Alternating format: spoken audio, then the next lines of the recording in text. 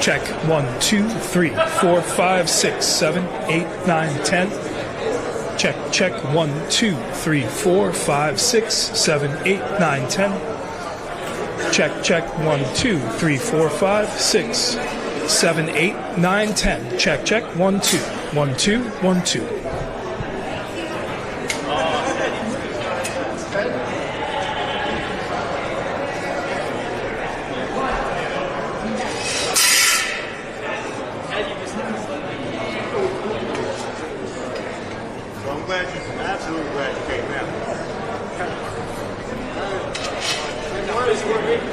Testing 1 2, testing 1 2, 1 2, mic test 1 2, 1 2, testing.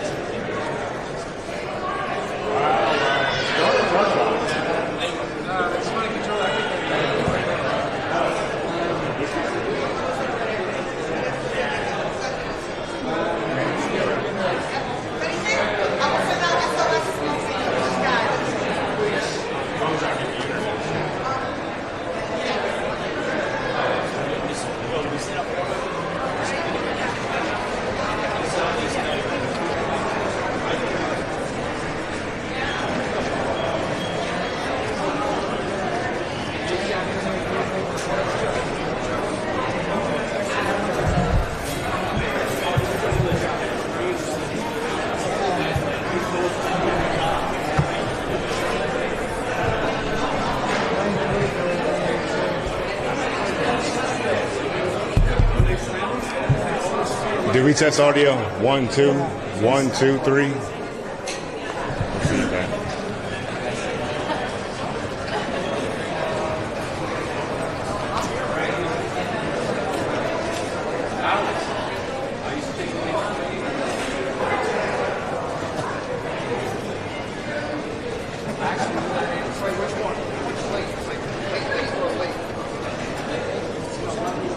To check for NTSB 1, 2, 3, 4, 5. Last test for everyone. Check 1, 2, 3, 4, 5, 6. Check. I gotcha. I wouldn't leave you out, Fox 5. I wouldn't leave you out. Check 1, 2. I'm here for you, Fox 5. You plugged in my cable. Check.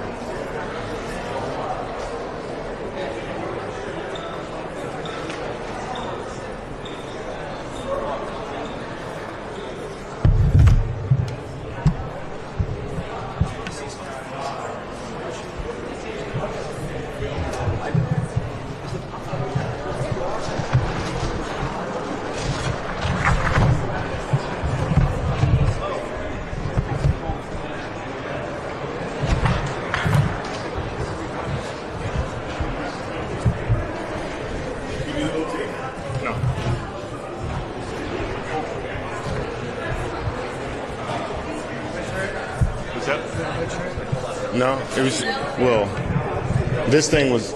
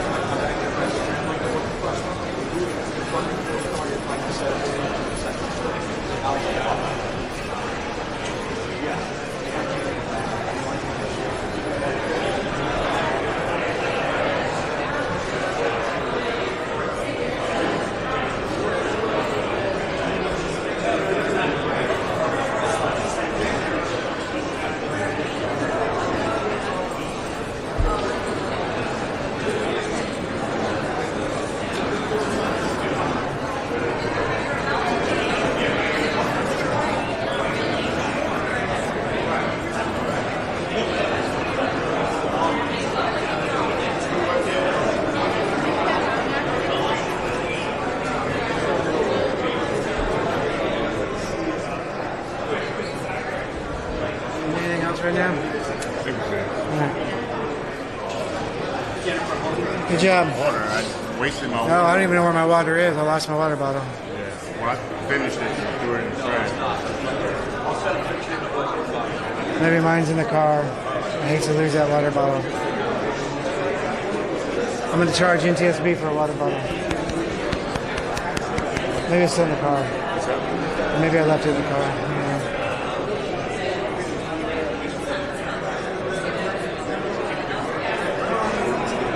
I think the current noise is just everyone chattering.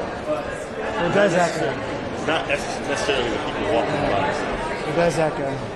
I think that when we get started, Test 1, test 2, testing 1, 2.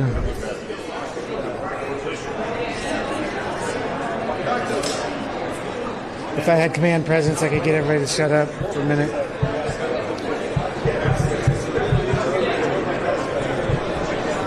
you want to test the sound? No, I've been. I can hear it. Hey everyone, if I can get your attention for a second. Everyone, can I get your attention, please? Can I get your attention? We want to get a room tone without us talking. We just want to get the traffic talking, their traffic, just so we can see how loud it's going to be in here, since we're in such an echoey room. So just 10 seconds of silence if we can.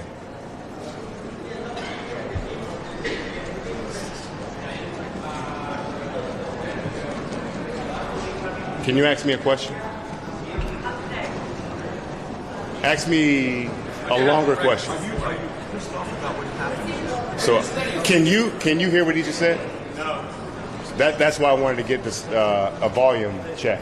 Are you now or have you ever been a member of the Communist Party? I've never, whatever, no. I can hear you. So, okay, thank you, thank you. You're gonna have to talk loud. Loud. This is incredible. What it is, you gotta roll. So what we got? You can be angry later. Deal with it later. You can be angry later. You gonna say something? I'm not. I'm not saying anything. It's not my position. I know. I just thought maybe you might put your 2 cents in. No, I already said it. It's not up to me to say something. It's very echoey. Very echoey. Very echo. It's the worst thing. It's what they gave us.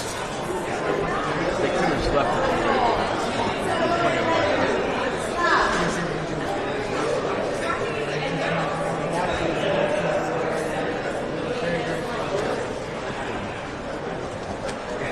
We'll be done with the conference by now. No, I know. It's only Steve by now. It's not what the sheet. Me, I can't change it. Today was good. Okay. I think I only lost another year.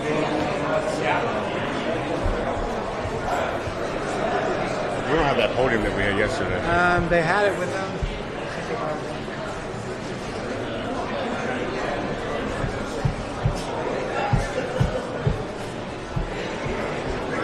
It was upstairs.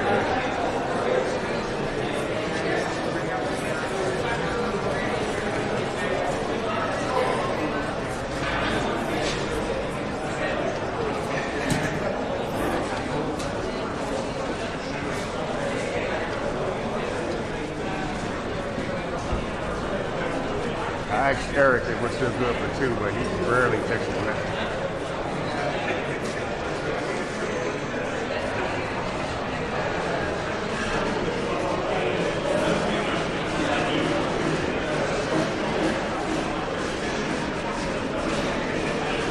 On your camera, can you go to your camera? Let's see if you hear this background noise. This thing rattling right here, I want to see if you hear this.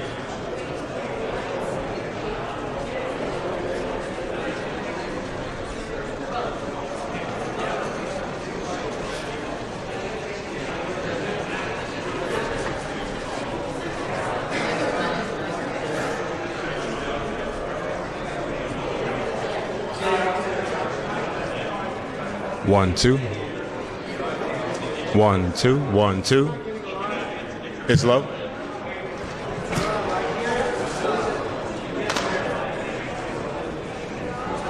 Stuff's happening these days.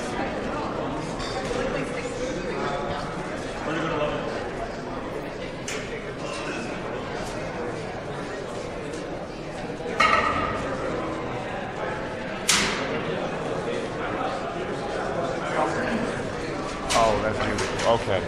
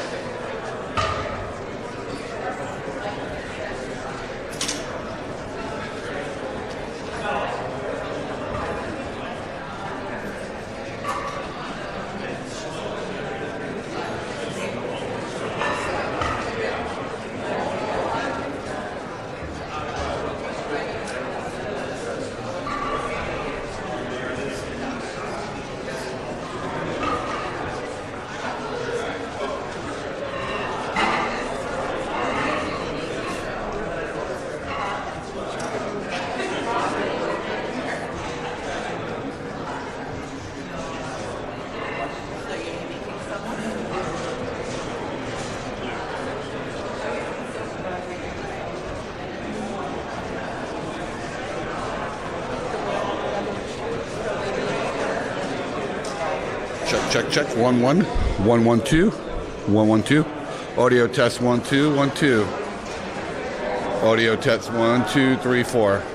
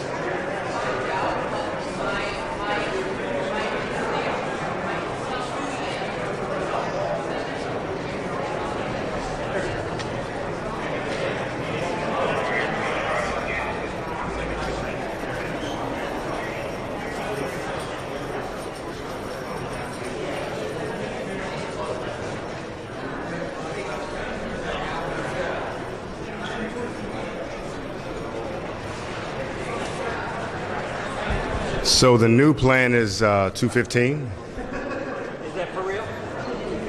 That's the last word I got. 215. Yeah. Current.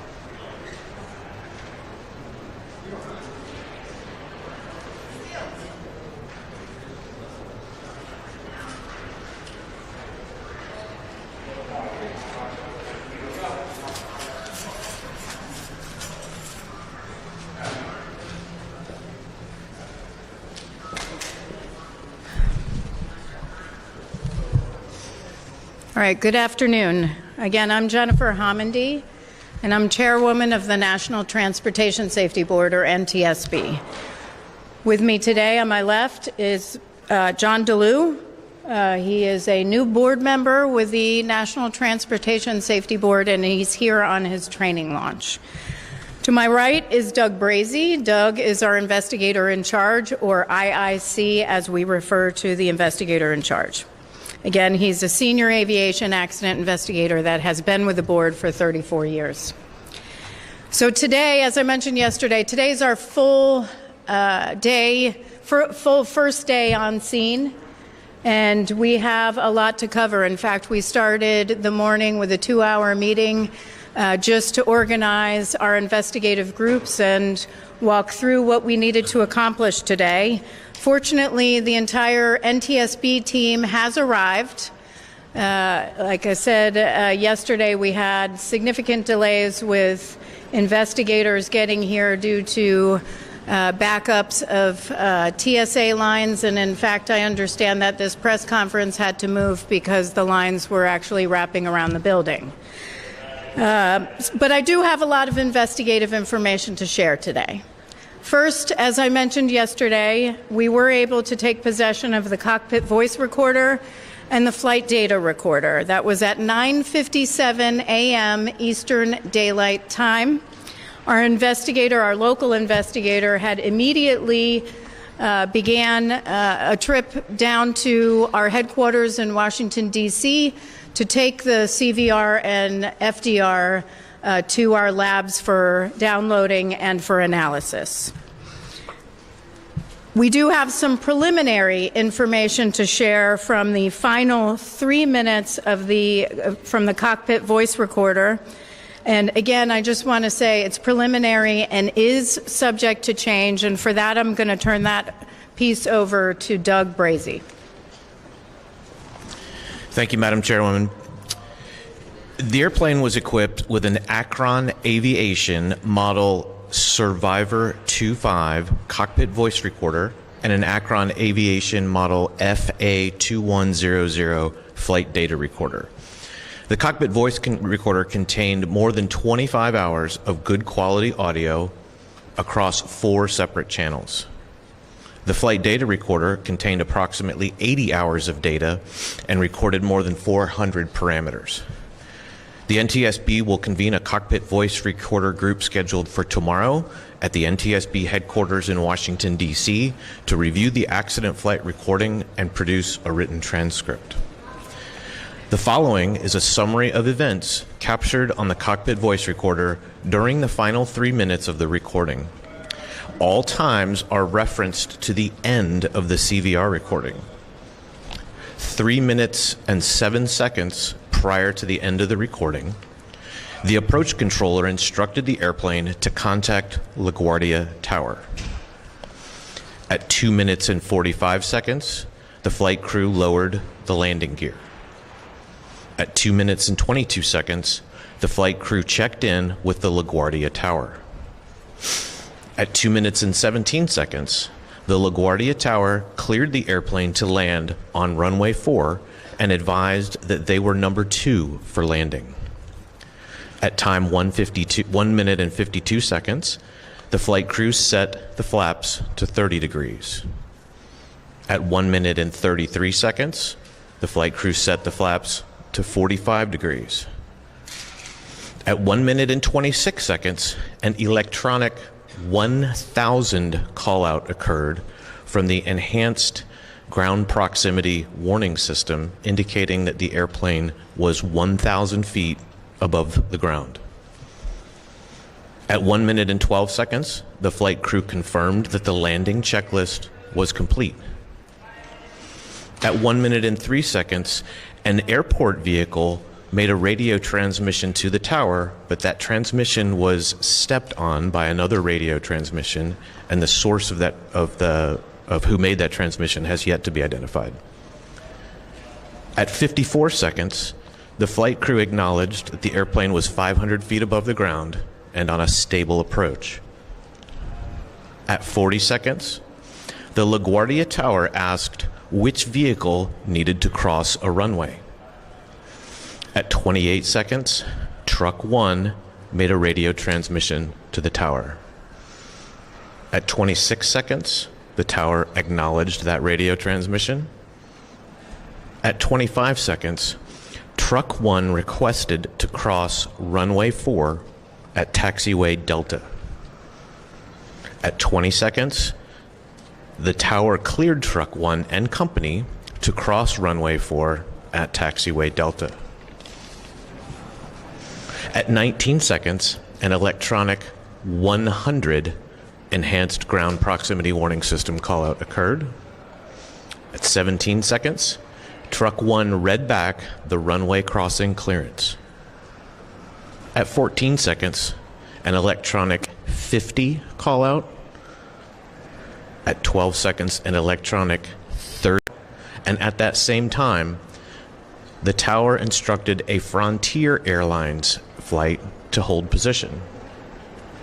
At 11 seconds, an electronic 20 callout occurred.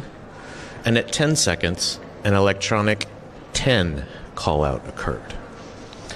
At 9 seconds, the tower instructed Truck 1 to stop. At 8 seconds, there was a sound consistent with the airplane's landing gear touching down on the runway.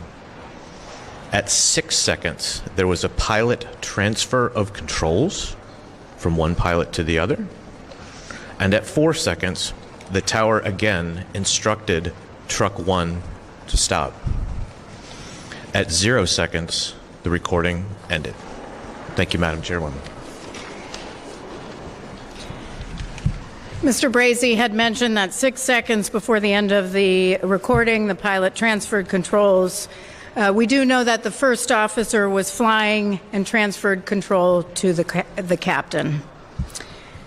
With respect to aircraft rescue and firefighting operations, we will be developing a timeline of events. We do know that they were responding to a United Airlines flight 2384 at the gate, which had 2 aborted takeoffs, and the ARF, or the Aircraft Rescue and Firefighters, had received information that there were fumes or smoke or some sort of smell in the cabin, so they were en route to address that.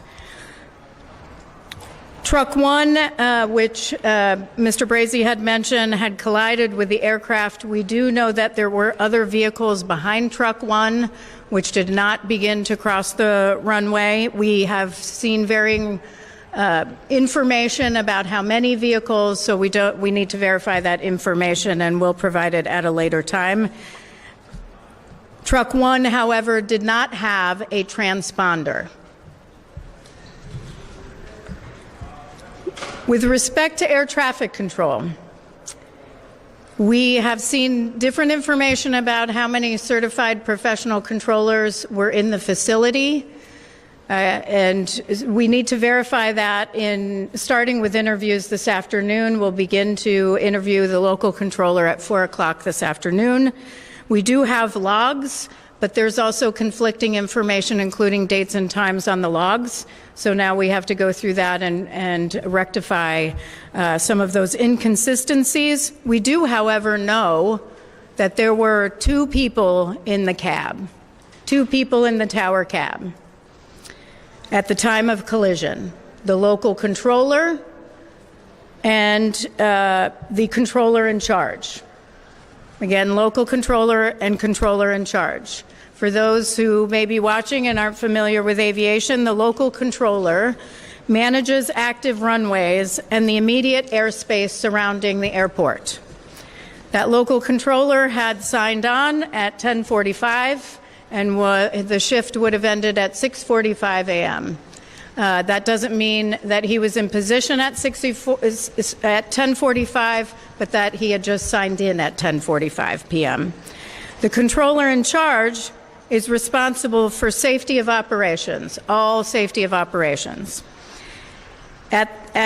He had clocked in or signed in at 10:30 p.m. and that shift would have ended at 6:30 a.m. Again, that was signing in at 10:30 p.m. The controller in charge was also doing the duties of the clearance delivery position. That the clearance delivery controller provides pilots with their departure clearance. It is not clear who was conducting the duties of the ground controller. We have conflicting information. We have some information saying it was the controller in charge.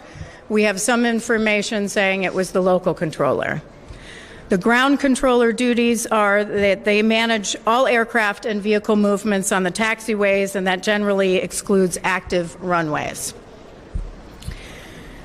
So these two positions were combined into two positions.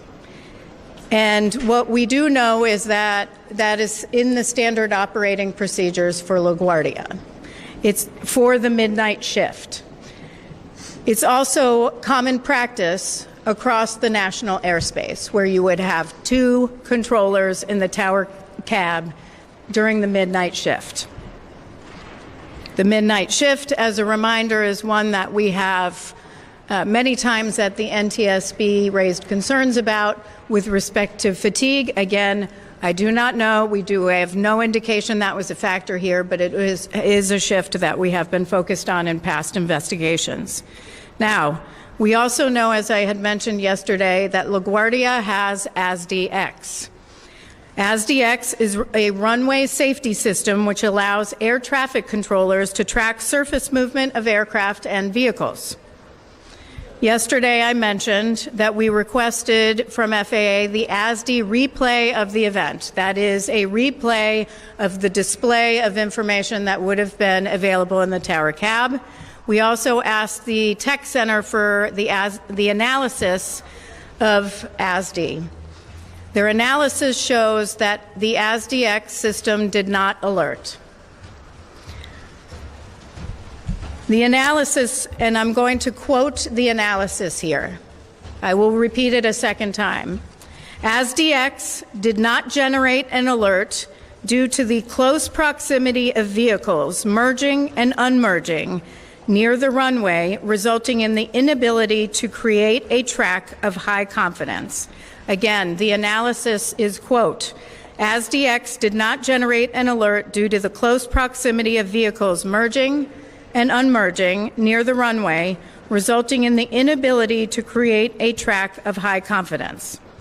Now, I saw the replay, and there were two targets, so radar, because there's no transponder, you have radar. So two targets with radar returns on taxiway Delta. What it looks like on a replay are two blobs on taxiway Delta. We also don't see any of them go in front of the plane on the runway. We do also know from the replay that the runway status lights were functioning according to the replay, but we still have to verify that with Tech Ops from the FAA. Now, I do want to address one thing, which is reports of distraction. I have seen a number of reports from press about distraction, whether there was distraction among controllers. Look, I would caution pointing fingers at controllers and saying distraction was involved. This is a heavy workload environment. You had a United Airlines flight. We still have to determine what happened at shift change, which was around 10:30. We have to determine who else was in the tower and the facility and available at the time. We know that controller was still on duty for several minutes afterwards. Normally, they would be relieved. We have questions about that. Was anybody available to relieve that controller? We don't know that yet.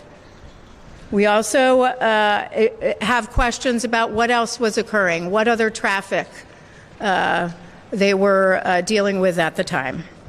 So one thing I will close with before I take questions is we rarely, if ever, investigate a major accident where it was one failure. Our aviation system is incredibly safe because there are multiple multiple layers of defense built in to prevent an accident. So when something goes wrong, that means many, many things went wrong. And so here, that's why we're here. We're here to prevent this from reoccurring, prevent this from happening again. And that's going to take some time. So with that, I will take questions. I ask that you raise your hand, state your name and your affiliation. Given the fact that combining controller positions has been a factor in previous incidents that you've investigated, including the DCA airport, what would you say now that you know that people were combined in the control tower path on Sunday night? Is that a safe practice? And does it make you upset that the positions were combined? So there's a little bit of a difference in the question is on combining positions, because we saw the combining of positions in the mid-air collision that occurred near Ronald Reagan Washington National Airport about a year ago. Our understanding right now, and again, this is preliminary and subject to change, our understanding is that in the DCA midair, there were procedures followed, a list like traffic volume, staffing available, training, workload that was considered in order to combine positions like the helicopter position and the local control position in DCA. In this situation for the midnight shift, it is standard operating procedure that they only have two on duty, and those two perform the duties of other controllers. That is our understanding right now. However, we're going to further dig into that as part of our investigation. Certainly, I can tell you that our air traffic control team has stated this is a problem, that this is a concern for them for years, that they have had this concern for quite a long time. I can understand it's a concern, especially if there's a heavy workload. SDX did not work, and during the near collisions of 2023, you repeatedly said that SDX should be at more airports and it could prevent collisions. How upset does it make you that it's clear that it did not work in this scenario? Well, the question is, how upset does it make me that ASDX didn't work? Because we've repeatedly recommended that ASDX work. Well, in order for ASDX to work well, you have to know where ground vehicles and aircraft are. So in this case, that vehicle did not have a transponder. And it would have been helpful when you have a radar radar target. It does not provide you with the information that you need like it would for an aircraft as a controller. Yes. Jackson Crosco with Global News Canada. Is there any indication from the voice or data reporters that the pilots saw the fire truck or where they were going from it? Is there any indication from the CVR that the pilots saw the fire truck on the runway? I don't have information at this time on that. However, we are doing further analysis on our cockpit voice recorder. We have a group that we have formed that will analyze the CVR, and part of when they analyze is they will talk in the group about what they're hearing, what they've heard, any sort of background noises, and we'll provide a transcript, and then we'll release that publicly, so we'll know more then. Chair Hamidi, Andrew Siff from NBC4 New York, WNBC TV. With regard to the midnight shift, is it literally a midnight shift that you've expressed concerns about in the past, or is it sort of that later shift when there's typically less traffic at an airport? The reason I ask it is around this time, late at night on a Sunday night at LaGuardia, there's still lots of arrivals. To that degree, does that raise questions about the protocol and staffing here at this airport? Well, so the question is about the shift, and are we just concerned about that shift in the past, or would there be other shifts? And does it make sense to have two controllers in the cab with such a busy airport, and this be sort of standard operating procedures and common practice across the national airspace? I think I restated it accurately and have now forgotten what you asked me. But on your standard operating procedure, on the standard operating procedures, look, LaGuardia is 900 flights, I believe, per day. That's pretty substantial. It's not the same as other airspace or other airports across the national airspace. That's certainly something we will look at as part of this investigation. How that would that make sense? You know, why would that make sense at LaGuardia? We will. That is part of our analysis in this investigation. And what was the other one?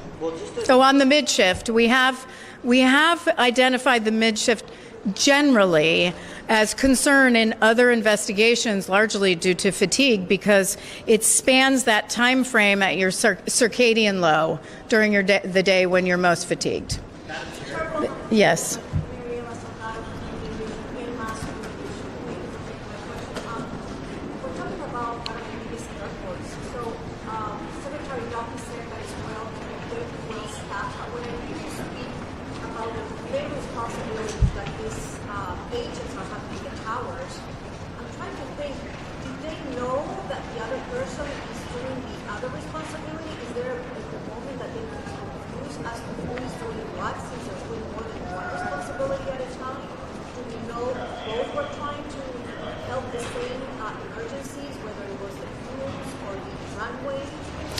The question was, could there potentially be confusion among the two controllers of who's having what discussion, and could it be that they were both having the same communications, or different communications, or conflicting information communications, since they're doing more than one job? I can't answer that right now, because that's something we have to investigate as part of this accident scenario. Those are the exact types of questions that we'll ask when we interview the controllers, both the two that were in the cab at the time and the other controllers that may have been on duty, either and include previously or after that. One thing I want to do is come back to something that Pete asked about, which is controllers and the information they should have, and ASDX in our past recommendations. Controllers should have all the information and the tools to do their job.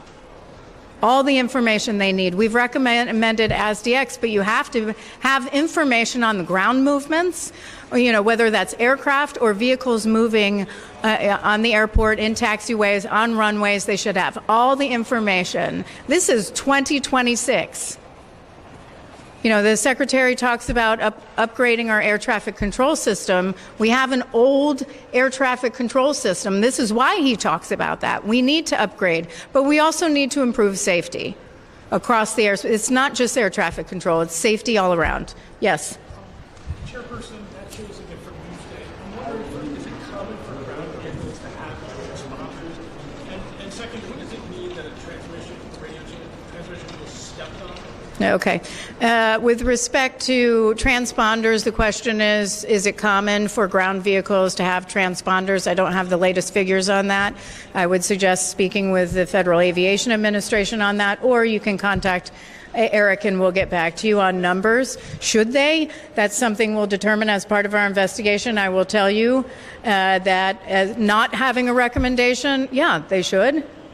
Even though we don't have a recommendation, air traffic controllers should know what's in, before them, whether it's on airport surface or in the airspace. They should have that information to ensure safety. Now, that's not an NTSB recommendation, so I want to be clear.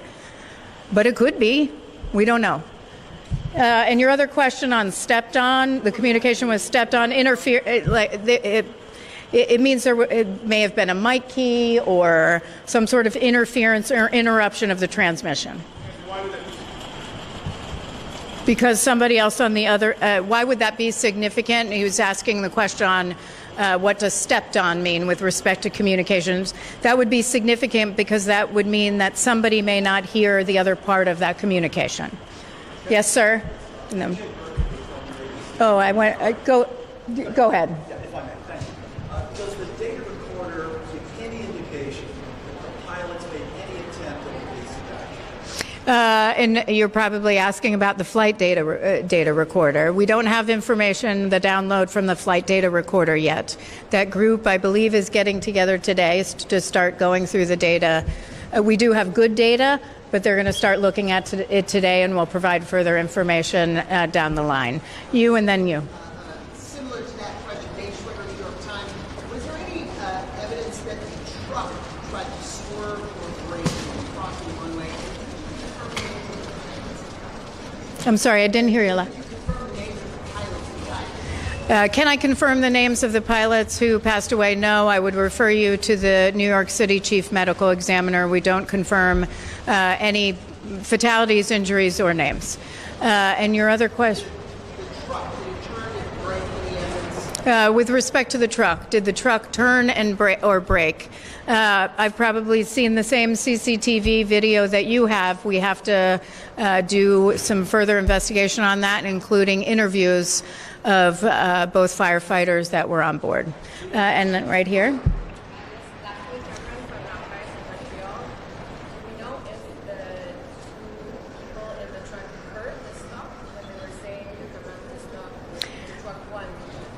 The question is, do we know if the two firefighters in the firefighting vehicle heard the directive to stop? We don't know that yet. We need to do interviews of those two firefighters. David.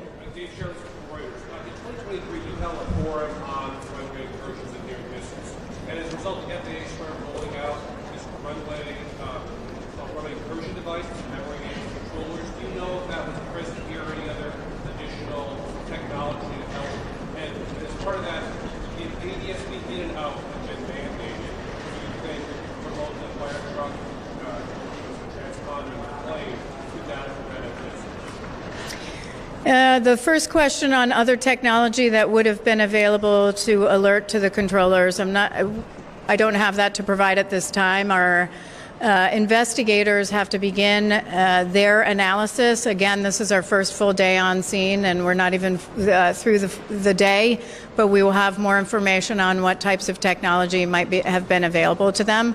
The second question is on whether ADSB in and out would have helped prevent this. I would just caution, and I've heard the discussion on ADSB in and out with respect to this particular collision. It happened very quickly. And we need to match up times. We need to look at visibility with respect to the airplane coming in and look at the movement and visibility of those in the truck. So we can't say at this time whether that would have made a difference or not. Thank you. Thank you, Chair. Can I ask one question about the transponder?